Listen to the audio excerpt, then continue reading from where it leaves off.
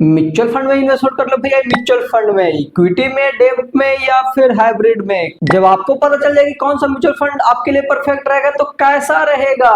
जब ऑप्शन बहुत ज्यादा रहते हैं और डिसीजन लेना होता है तो कंफ्यूजन होती है, मुश्किल होता है डिसीजन लेने में कि कौन सा म्यूचुअल फंड मेरे लिए बेनिफिट रहेगा। क्योंकि म्यूचुअल फंड आज की डेट में 1400 प्लस म्यूचुअल फंड अवेलेबल है जिसमें आप इन्वेस्टमेंट कर सकते हैं, और इतने सारे ऑप्शन होने के कारण कंफ्यूजन तो लाजमी है। और अब आपको समझ नहीं आ रहा है कि कौन सा म्यूचुअल फंड ले, तो ये वीडियो आपके लिए है। मैं आपको इस वीडियो में कंप्लीट बताऊंगा कि कौन सा म्यूचुअल फंड आपको लेना चाहिए, आपके लिए कौन सा म्यूचुअल फंड परफेक्ट रहेगा। ये कंप्लीट डिटेल्स मैं आपको इस वीडियो में दूंगा, तभी जब आप इस वीडियो को कंप्लीट देखेंगे। ये वीडियो आपके लिए लाइफ चेंजिंग हो सकता है और आपको कंफ्यूजन को दूर कर देगा। तो हेलो दोस्तों, आप देख रहे हैं यूट्यूब चैनल सबकी अर्निंग और मैं हूं Jitendra Kumar, NISM certified MPhil licensed mutual fund distributor. मैं ये वीडियो उन लोगों के लिए बना रहा हूँ जो म्यूचुअल फंड में इन्वेस्टमेंट करना चाहते हैं बट वो कंफ्यूज है कि मैं इक्विटी फंड लूं, डेब्ट फंड लूं, हाइब्रिड फंड लूं, फ्लेक्सी फंड लूं, मिड कैप लूं, स्मॉल कैप लूं, कौन सा फंड लूं, किस कंपनी का फंड लूं। ये सारी कंफ्यूजन को ही दूर करने के लिए मैं आपके लिए ये वीडियो बना रहा हूँ। हम इस वीडियो में बिल्कुल आसान भाषा में समझेंगे। देखो भाई, सबसे बड़ा कंफ्यूजन यही होता है कि चॉइस ही इतनी ज्यादा है कि समझ ही नहीं आता कि कौन सा चूज करना है। देखो भाई, कोई इक्विटी की तारीफ करता है, कोई डेब्ट की गुण गाता है और कोई ELSS फंड में टैक्स बचाने की बात करता है। बट आपके लिए कौन सा फंड चूज करना है, आपको कौन सा परफेक्ट रहेगा। और जब आप इन चीजों को पता नहीं रहेगा तो आप गलत फंड चूज कर लेंगे या फिर आप यही चीजें सोचते ही रह जाएंगे और आप इन्वेस्ट नहीं कर पाएंगे। इसलिए मैं आपको आज सिंपल वर्ड में समझाऊंगा कौन सा म्यूचुअल फंड किस काम के लिए है, किस टाइप्स के इन्वेस्टर के लिए है, कब इन्वेस्टमेंट करना चाहिए और कब उससे विड्रॉल कर लेना चाहिए। सोचिए, अगर आपने आज से 5 साल पहले से इन्वेस्टमेंट कर रहे होते, आज से 5 साल पहले से आपने SIP कर रहे होते, तो आज आपके पास बहुत बड़ा कॉर्पस बिल्ड हो गया होता। और जिन्होंने भी आज से 5 साल पहले इन्वेस्टमेंट किया, SIP किया, उसके पास आज की डेट में बहुत बड़ा कॉर्पस है। और अगर आप अभी भी डिले करेंगे तो आपका पैसा बढ़ेगा नहीं, बल्कि आपका इन्फ्लेशन के कारण आपका पैसा लॉस हो जाएगा। पैसा बचाने से नहीं बढ़ता, पैसा इन्वेस्टमेंट करने से बढ़ता है। पैसा बचा करके नहीं, पैसा इन्वेस्ट करके बढ़ाए जाते हैं। और अगर आपने इन्वेस्टमेंट नहीं किया तो पैसा क्या होगा, आपका ग्रो नहीं होगा और आप इन्फ्लेशन के कारण आपका पैसा वैल्यू खो देगा। समझे। और अगर आपने आज सही फंड चूज करके आपने आज से इन्वेस्टमेंट स्टार्ट कर दिया तो जब आप रिटायरमेंट होगे, जब आपको पैसे की जरूरत पड़ेगी तो आप कुछ भी चीजें खरीद सकते हैं, महंगी से महंगी चीजें खरीद सकते हैं। जब आप रिटायर होंगे तो छोटी छोटी चीजों के लिए आपको मैनेज करना नहीं पड़ेगा, बल्कि आपके पास इतने पैसे होंगे कि आप उस पैसे से एंजॉय कर सकते हैं, महंगी महंगी चीजें खरीद सकते हैं और आप अपने लाइफ में टूर ट्रेवल कर सकते हैं इजीली वे में। अब हम लोग एक एक करके समझते हैं कि कौन कौन से फंड होते हैं और किस टाइप्स के फंड होते हैं, कौन से फंड किनके लिए है, कब खरीदना चाहिए, कब उससे विड्रॉल कर लेना चाहिए, कितने समय के लिए इन्वेस्टमेंट करना है तो कौन सा फंड चूज करना चाहिए। इन सारे चीजों को, जितने भी फंड है उनको डिटेल वे में अब हम लोग समझते हैं। पहले हम लोग इक्विटी फंड के बारे में समझते हैं। इक्विटी फंड में सारा पैसा आपका शेयर मार्केट में इन्वेस्टमेंट होता है, स्टॉक्स मार्केट में इन्वेस्टमेंट होता है। यहाँ पर आपको सबसे ज्यादा रिस्क भी होता है और लॉन्ग टर्म में सबसे ज्यादा रिटर्न भी इक्विटी फंड ही बनाकर देता है। ये जो होता है वो यंग इन्वेस्टर के लिए सबसे ज्यादा अच्छा होता है, रिटायरमेंट प्लानिंग के लिए, इन्वेस्टमेंट के लिए सबसे ज्यादा अच्छा होता है। जब आपकी ड्रीम वेल्थ क्रिएशन करने की हो, करोड़पति बनने की हो, तो ये फंड सबसे ज्यादा अच्छा होता है। ये फंड इस प्रकार से काम करता है कि जैसे कि आप सोचिए कि आपने कोई दुकान में, कोई शॉप में आपने इन्वेस्टमेंट किया और वो लॉन्ग टर्म में जिस प्रकार से आपको प्रॉफिट देता है उसी प्रकार से आपका पैसा इक्विटी में, शेयर मार्केट में इन्वेस्टमेंट होता है और लॉन्ग टर्म में आपको पैसा वो अच्छा बनाकर देता है। दूसरा, डेब्ट फंड के बारे में समझते हैं। ये सरकारी बॉन्ड में या फिर कंपनी के कॉर्पोरेट फंड में इन्वेस्टमेंट किया जाता है, जहां पर फिक्स इंस्ट्रूमेंट होता है और फिक्स रिटर्न का वादा होता है, जहां रिस्क बहुत कम होता है और रिटर्न भी फिक्स होता है, लिमिटेड होती है। ये फंड शॉर्ट टर्म गोल के लिए सबसे अच्छा है, या फिर जो कंजर्वेटिव पर्सन है, जो ज्यादा रिस्क नहीं ले सकते हैं, उनके लिए भी ये फंड बहुत अच्छा होता है। ये फंड बैंक FD से थोड़ा अच्छा रिटर्न भी दे देते हैं और फ्लेक्सिबिलिटी भी रखते हैं। तीसरा, हाइब्रिड फंड के बारे में जानते हैं। ये इक्विटी और डेब्ट का मिक्स फंड होता है और ये बैलेंस इन्वेस्टर के लिए सबसे ज्यादा अच्छा होता है। जो अच्छा रिटर्न भी पाना चाहते हैं और रिस्क भी नहीं लेना चाहते हैं, वो अपने फंड को सिक्योर भी रहना चाहते हैं, तो उनके लिए हाइब्रिड फंड बहुत ही अच्छा होता है। चौथा आपका ELSS फंड है, जो टैक्स सेविंग फंड होता है। इसके बारे में अब हम लोग जानते हैं। ये एक इक्विटी फंड होता है जो अंडर 80C के तहत आता है, जो कि टैक्स बेनिफिट देता है। ये 3 साल का मिनिमम लॉक इन पीरियड के साथ आता है। अगर आपने ELSS फंड में इन्वेस्टमेंट किया तो आपको 3 साल तक इन्वेस्टमेंट करके रहना पड़ेगा और आपको टैक्स का बेनिफिट मिलेगा। ये फंड उन लोगों के लिए सबसे ज्यादा अच्छा होता है जो सैलरीड पर्सन है, जो लॉन्ग टर्म के लिए वेल्थ क्रिएशन करना चाहते हैं या फिर लॉन्ग टर्म प्लानिंग कर रहे हैं, उनके लिए ELSS फंड बहुत ही अच्छा होता है, क्योंकि टैक्स भी बच जाती है और एक अच्छी रिटर्न भी मिल जाती है। पंचमा आपका इंडेक्स फंड होता है। ये फंड जो होता है वो मार्केट का जो इंडेक्स बना हुआ है, निफ्टी 50 या फिर सेंसेक्स, इस प्रकार के इंडेक्स को ही ये कॉपी करता है और सेम टू सेम वैसा ही रिटर्न बनाकर देता है। ये पैसिव इनकम या फिर लो कॉस्ट इन्वेस्टिंग करना चाहते हैं, उनके लिए सबसे ज्यादा अच्छा होता है। ये एक ऑटो पायलट मोड में काम करता है। छठा सेक्टर फंड के बारे में हम लोग जानते हैं।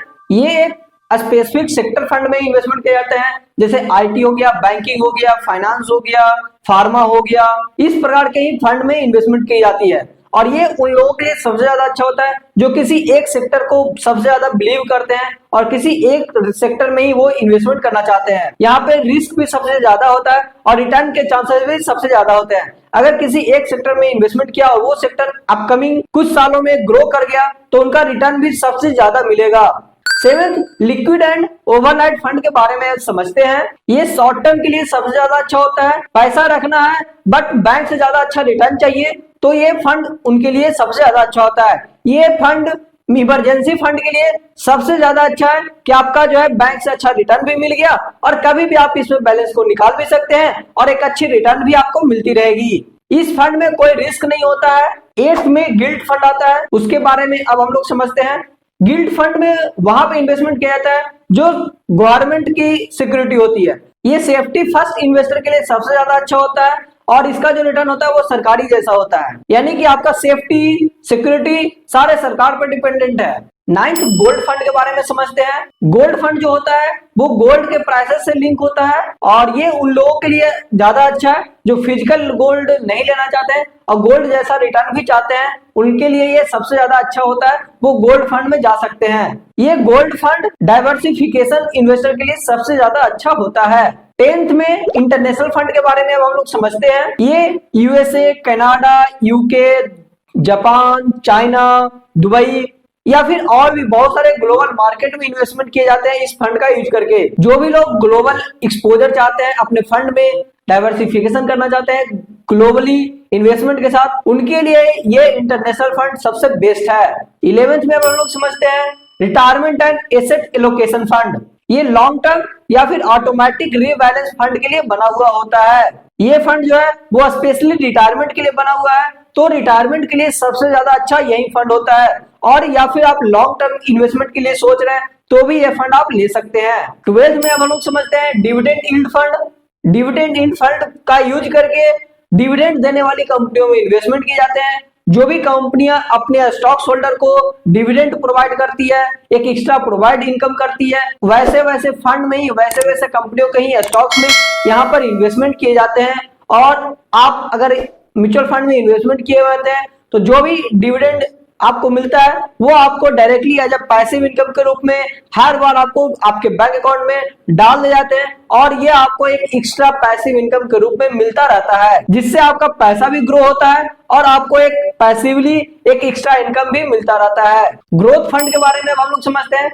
ग्रोथ फंड वाला जो भी इन्वेस्टमेंट होता है उस फंड का यूज करके किसी इक्विटी फंड में डाला जाता है और उसमें से कोई भी स्टॉक्स मार्केट का जो कंपनी है वो डिविडेंड उपलब्ध कराती है, तो उस डिविडेंड को री इन्वेस्टमेंट कर दिया जाता है आपके एनएवी में, आपके म्यूचुअल फंड में। आपका वो जो फंड होता है वो आपके बैंक अकाउंट में विड्रॉल नहीं किया जाता है। डिविडेंड में क्या होता है कि जो भी डिविडेंड मिलता है वो आपके बैंक अकाउंट में दे दिए जाते हैं, लेकिन ग्रोथ फंड में उसी फंड को यूज करके जो डिविडेंड मिला है उसी को फिर से री इन्वेस्टमेंट कर दिया जाता है, ताकि आपका कॉर्पस बिल्ड ज्यादा हो और आपको ज्यादा अच्छा रिटर्न मिल पाए, ज्यादा अच्छा कॉर्पस बिल्ड हो पाए फ्यूचर में। अब हम लोग बैंकिंग और PSU फंड के बारे में जानते हैं। ये मेनली बैंक्स और PSU कंपनीज के बॉन्ड्स में इन्वेस्टमेंट किए जाते हैं। जिन इन्वेस्टर को थोड़ा सेफ्टी भी चाहिए और एफडी से अच्छा रिटर्न भी चाहिए, उनके लिए बैंकिंग या पीएसयू फंड सबसे ज्यादा अच्छा होता है। एसआईपी के थ्रू आप म्यूचुअल फंड में छोटे छोटे इन्वेस्टमेंट से हर महीने आप इन्वेस्टमेंट करके एक अच्छा कॉर्पस बिल्ड कर सकते हैं। आपके द्वारा इन्वेस्टमेंट किए गए म्यूचुअल फंड में जो भी इन्वेस्टमेंट होता है उस फंड पे एक एक्सपर्ट फंड मैनेजर आपके फंड को मैनेज करता है, जिससे आपका अच्छा रिटर्न भी बनाकर देता है और रिस्क को कम करता है। म्यूचुअल फंड में इन्वेस्टमेंट करने पे आपको टैक्स बेनिफिट भी मिलते हैं। हर गोल के हिसाब से आपको अलग अलग फंड मिलते हैं जिसमें आप चूज कर सकते हैं, और जैसा मैंने आपको बताया, जैसा आपको अभी गोल है उसके अनुसार आपको इन्वेस्टमेंट करना है तो यहाँ पर वो भी बेनिफिट आपको मिल जाती है। और सबसे बड़ी बात, आपको यहाँ पर लिक्विडिटी मिलती है। जब भी पैसे की जरूरत पड़े आप यहाँ से विड्रॉल कर सकते हैं, कोई लॉक इन पीरियड नहीं होता है। वहीं अगर आप रियल एस्टेट में इन्वेस्टमेंट करते हैं, एफडी में इन्वेस्टमेंट करते हैं या फिर ऐसे बहुत सारे जगह पे आप इन्वेस्टमेंट करते हैं तो आपको इसमें लिक्विडिटी नहीं मिल पाते, कभी भी आप अपने पैसे को विड्रॉल नहीं कर सकते। लेकिन म्यूचुअल फंड एक ऐसा आपका साधन है जहां पर आपके फंड सेफ्टी भी है, अच्छे रिटर्न भी मिल रहा है, एक्सपर्ट फंड मैनेजर द्वारा मैनेज भी हो रहा है और लिक्विडिटी भी मिल रहा है, कभी भी आप इसे विड्रॉल भी कर सकते हैं। अगर आप आज एसआईपी में म्यूचुअल फंड में इन्वेस्टमेंट करना स्टार्ट कर देते हैं तो कल की डेट में ईएमआई पे लाइफ नहीं चलेगी, बल्कि आपकी लाइफ आपकी मर्जी से चलेगी। किसी भी चीज को आप इजिली वे में कोई भी चीजें आप खरीद सकते हैं, क्योंकि आपके पास एक बड़ा फंड अवेलेबल रहेगा और आपको एक अच्छा रिटर्न भी मिलता रहेगा। म्यूचुअल फंड इन्वेस्टमेंट करना, एसआईपी करना एक हैबिट है जिसे बनाना पड़ता है, और ये अगर आपने हैबिट बना लिया तो ये आपका फ्यूचर को ब्राइट कर देगा। इन्वेस्टमेंट में पेशेंस रखना सबसे ज्यादा जरूरी है। मार्केट ऊपर नीचे होता रहेगा, लेकिन जो लोग भी अपने इन्वेस्टमेंट करने के बाद टाइम देंगे, इन्वेस्टमेंट को टाइम देंगे, वही लोग पैसे बना पाएंगे। क्योंकि ओवरऑल मार्केट को ऊपर ही जाना है, मार्केट को ग्रो ही करना है। कहा भी जाता है इंसान हो या मार्केट, सबको जाना तो ऊपर ही है। जल्दी पैसा डबल करने की सोच नहीं होनी चाहिए, बल्कि सोच ये होनी चाहिए कि आपका पैसा सेफ और स्मार्ट तरीके से ग्रो हो। अगर आपको भी म्यूचुअल फंड में इन्वेस्टमेंट करना है और मेरा पर्सनल आपको गाइडेंस चाहिए कि कौन सा फंड आपके लिए बेस्ट रहेगा, आपके गोल के लिए कौन सा फंड चूज करना है, अगर आप चाहते हैं मेरी पर्सनल गाइडेंस तो हमारे दिए गए नंबर पे आप मुझे व्हाट्सएप कर सकते हैं, कॉल कर सकते हैं, और नीचे आपको लिंक दिया गया है जहां से आप म्यूचुअल फंड अकाउंट ओपन कर सकते हैं और इन्वेस्टमेंट स्टार्ट कर सकते हैं। मैं आपको पूरी हेल्प करूंगा कि आपके लिए कौन सा म्यूचुअल फंड बेस्ट रहेगा और आपको सही तरीके से सही जगह इन्वेस्टमेंट करवाऊंगा। म्यूचुअल फंड सही है, बस समझना जरूरी है। अगर आपको ये वीडियो अच्छा लगा हो तो वीडियो को लाइक कीजिए। आपको ये वीडियो कैसा लगा आप मुझे कमेंट करके बताइए। इस वीडियो के बारे में और कुछ आपको पूछना है तो आप मुझे कमेंट करके पूछिए। चैनल पे अगर आप पहली बार आए तो चैनल को सब्सक्राइब कीजिए, बेल को ऑन कीजिए, ताकि मेरे इसी प्रकार से नॉलेजेबल वीडियो आपको सबसे पहले मिल सके। और अगर आपने हमारा फाइनेंशियल फ्रीडम का जो प्लेलिस्ट मैं बना रहा हूँ वो आपने अगर कंप्लीट वीडियो नहीं देखा है तो वो आप वीडियो जाकर देखिए, तभी आपको स्टेप बाय स्टेप समझ में आएगा कि फाइनेंशियल फ्रीडम अचीव करने में, फाइनेंशियल फ्रीडम की जर्नी में कौन कौन से स्टेप फॉलो करना होता है, तभी आप एक फाइनेंशियली फ्री पर्सन बन पाएंगे। तो वो वीडियो आप जाकर के देखिए, और इस पर आने वाला दिनों में काफी अच्छे अच्छे वीडियो मैं ला रहा हूँ कि आप फाइनेंशियली फ्री का जो जर्नी है उसको अचीव करते हुए फाइनेंशियल फ्रीडम का जो एक डेस्टिनेशन है उसे आप आसानी तरीके से कैसे अचीव कर सकते हैं। और आप फाइनेंशियल फ्रीडम चाहते हैं तो वो प्लेलिस्ट जाकर कंप्लीट देखिए। तब तक कमाते रहिए।